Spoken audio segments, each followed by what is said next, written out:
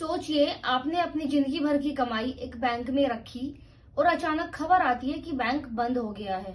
क्या होगा इस पैसे का? क्या आपको कुछ मिलेगा या सब डूब जाएगा? 2024 में यस बैंक, पीएमसी बैंक और अब पेटीएम पेमेंट बैंक जैसे केस ने लोगों के मन में डर बैठा दिया है। आज मैं इस वीडियो में बताऊंगी यदि कोई बैंक फेल हो जाता है तो आपका पैसा कितना सुरक्षित है, कौन सी लिमिट है और 2025 के नए डीआईसीजीसी नियम क्या कहते हैं। इस वीडियो को आखिर तक देखिए क्योंकि यह वीडियो हर एक बैंक अकाउंट होल्डर के लिए बहुत जरूरी है।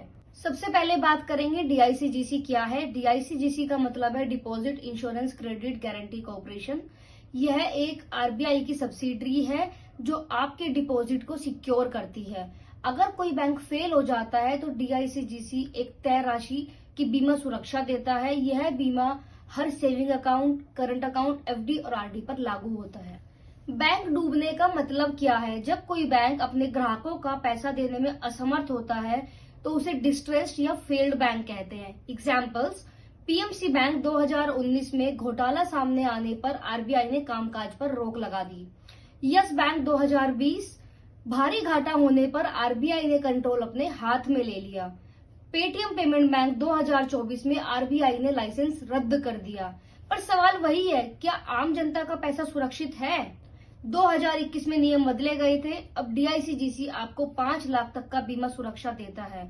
इसमें आपकी मुख्य राशि प्लस ब्याज यानी इंटरेस्ट दोनों शामिल है। यह हर बैंक पर लागू होता है। तो यदि आपने 10 लाख रुपए दो अलग अलग बैंक में रखा है तो दोनों बैंक आपको 5-5 लाख रुपए देंगी।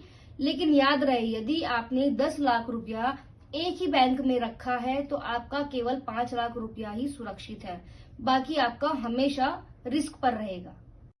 बात करते हैं डीआईसीजीसी इंश्योरेंस किस किस बैंक पर लागू होता है। सभी commercial banks, government and private, इन पर यह लागू होता है, जैसे एसबीआई, एचडीएफसी, आईसीआईसीआई। लेकिन रूरल कोऑपरेटिव बैंक पर यह लागू नहीं होता है और एनबीएफसी और ई वॉलेट पर भी यह लागू नहीं होता। तो आपका पैसा यदि एनबीएफसी में या फिर पेटीएम पेमेंट बैंक जैसे ई वॉलेट में है तो आपको डीआईसीजीसी इंश्योरेंस नहीं मिलेगा। पेमेंट कब और कैसे होता है? 2021 के बाद यदि कोई बैंक फेल होता है तो डीआईसीजीसी 90 दिन के अंदर आपको 5 लाख रुपए वापस करता है। पहले पेमेंट में बहुत देर लगती थी, लेकिन अब 90 दिन की डेडलाइन तय कर दी गई है।